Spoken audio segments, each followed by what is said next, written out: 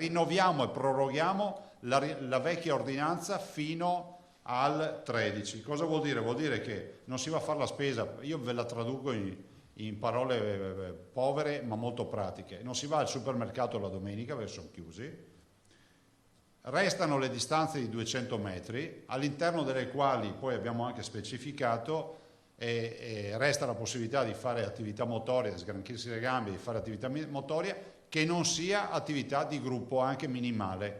I mercati di alimentari, quelli all'aperto, i famosi mercati, ecco, devono avere un piano di gestione, se no chiudono.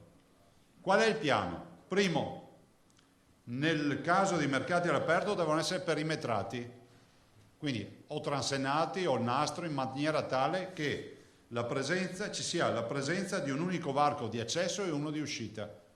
Punto B. È vietata la vendita di prodotti florovivaistici, garden e simili, salva l'attività di consegna a domicilio. C. Obbligo per tutti gli esercizi commerciali anche all'aperto, lo abbiamo detto prima, di ammettere e far circolare solo soggetti con mascherine e guanti.